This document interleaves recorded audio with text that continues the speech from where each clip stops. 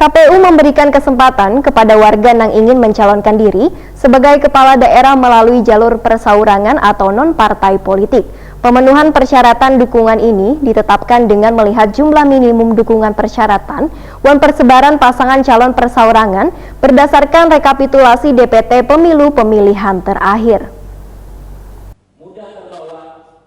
KPU memberikan kesempatan kepada warga yang ingin mencalonkan diri sebagai kepala daerah melalui jalur persaurangan atau non-partai politik. Pemenuhan persyaratan dukungan pasangan calon persaurangan ini ditetapkan dengan melihat jumlah minimum dukungan persyaratan dan persebaran pasangan calon persaurangan berdasarkan rekapitulasi DPT pemilu pemilihan terakhir. Ketua KPU Banjarmasin Rahmiati Wahdah bertakuni Prima TV usai menjadi narasumber di rapat koordinasi pengawasan tahapan Pilkada 2020 yang diselenggarakan Bawaslu Banjarmasin di Hotel Rodita Jalan Pangeran Antasari Banjarmasin Tengah, Jelang Kamarian Senin 17 Februari 2020 memadahkan bila bakal calon persaurangan yang ikut serta di Pilwali Banjarmasin harus menyerahkan syarat dukungan dari tanggal 19 hingga 23 Februari 2020. Besarannya dukungan yang diserahkan 8,5% dari jumlah total daftar pemilih tetap di Kota Seribu Sungai ini, yaitu sebanyak 38.003 pemilih tetap sesuai dari ketetapan KPU Banjarmasin pada 26 Oktober 2019 lalu. Jumlah dukungan ini pun ujar Rahmiati Wahdah harus dikumpulkan bebuhan calon persaurangan ini tersebar di 5 kecamatan di Banjarmasin. Jumlah dukungan tersebut harus dibuktikan dengan fotokopi KTP elektronik disertai surat pernyataan pemiliknya. Payah rekapitulasi verifikasi faktual kada memenuhi syarat, maka KPU akan memberikan waktu untuk perbaikan. Menurut Rahmiati Wahdah, KPU nantinya akan melakukan 2 tahapan verifikasi, yaitu verifikasi administrasi, akan dihitung jumlah dukungan wan sebarannya. Setelah dilakukan verifikasi faktual, maka pihaknya akan mengeluarkan berita acara bahwa paslon tersebut memenuhi syarat untuk mendaftar 16 wan 18 Juli 2020 mendatang.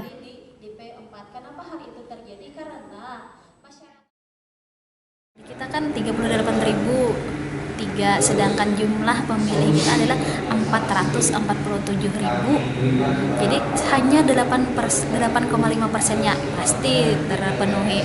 Cuma nantinya kita verifikasi lagi, verifikasi faktual apakah ada ganda secara baik itu internal atau eksternal, karena mungkin kita ada 2 calon perseorangan. Tapi kita lihat di tanggal 19 sampai tanggal 23 apakah ada yang mendaftar sebagai calon perseorangan. Belum tahu lagi kita ini.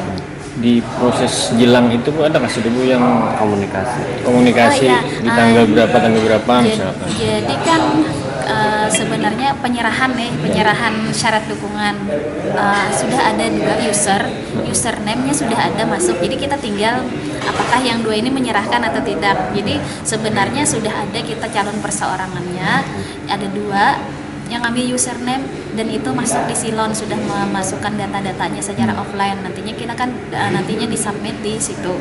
Memang ada 2, mudah-mudahan itu memenuhi syarat. Kalau itu memenuhi syarat, artinya kita andai nantinya satu pasangan itu 50.000, 2 pasangan berarti 100.000. Dan kita harus bekerja keras karena itu adalah one by one, satu-satu kita verifikasi. Dengan waktu 20 hari. cukup kah itu? Mudah, harus cukup. Rahmiati Wahdah menegaskan, KPU harus mampu melaksanakan tahapan itu tepat waktu dan tepat tindakan, juga kerja transparan dan akuntabel, yaitu transparansi proses yang melibatkan seluruh warga. Bersama untuk mensukseskan Pilkada 2020.